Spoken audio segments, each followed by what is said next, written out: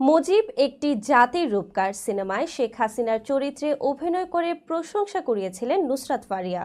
এখন অনেকে তার দিকে আঙুল তুলছেন। সম্প্রতি একটি পডকাস্ট সাক্ষাৎকারে এই প্রসঙ্গে খোলামেলা বক্তব্য দিয়েছেন ফারিয়া।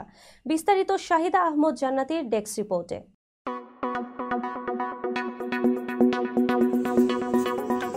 সাক্ষাৎকারে ফারিয়াকে প্রশ্ন করা হয় শেখ হাসিনার চরিত্রে অভিনয়ের কারণে তিনি কোনো অনুশোচনা বোধ করেন কিনা।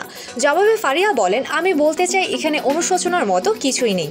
আমরা শিল্পীরা 5:30 ঘুম থেকে উঠে গভীর রাত পর্যন্ত কাজ করি। এর পেছনে অনেক শারীরিক পরিশ্রম যায়। বিশেষ এই সিনেমার জন্য 2019 থেকে 2023 সাল এই 5 বছর আমি একই লুকে নিজেকে মেনটেন করেছি। চুলে কোনো রং করিনি, কালো চুল নিয়ে ঘুরেছি এই চরিত্রটির জন্য। একটা নির্দিষ্ট পরিমাণ শারীরিক ওজনের মধ্যে থাকতে হয়েছে। তিনি আরও বলেন, আমি এই সিনেমার জন্য আমার জীবনের দীর্ঘ 5টি বছর দিয়েছি।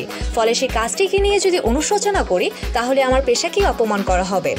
তখনকার পরিস্থিতি নিয়ে ফারিয়া বলেন, যখন সিনেমায় আমার নাম এলো, বিশেষ করে শেখ হাসিনা চরিত্রের জন্য পুরো বাংলাদেশ আমাকে অভিনন্দন জানালো।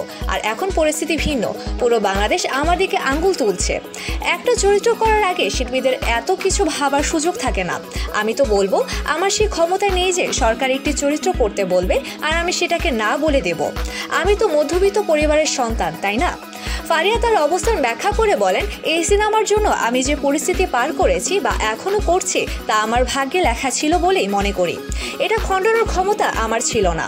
তিনি বলেন, যখন একটি দেশের সরকারি পর্যায় থেকে কোনো কাজের প্রস্তাব আসে তখন তার নিজের অত পছন্দ না হলেও মানা করা যায় না।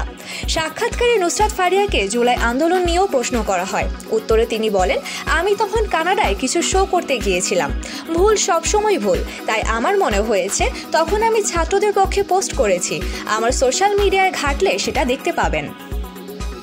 উল্লেখ্য, বিরতির পর রূপালী পর্দায় ফিরছেন নুসরাত ফারিয়া। প্রেক্ষাগৃহে আসছে তার নতুন সিনেমা জিন 3। এই সিনেমার মাধ্যমে দীর্ঘ 7 বছর পর প্রযোজনা প্রতিষ্ঠান জাজ মাল্টিমিডিয়া সিনেমায় অভিনয় করছেন তিনি।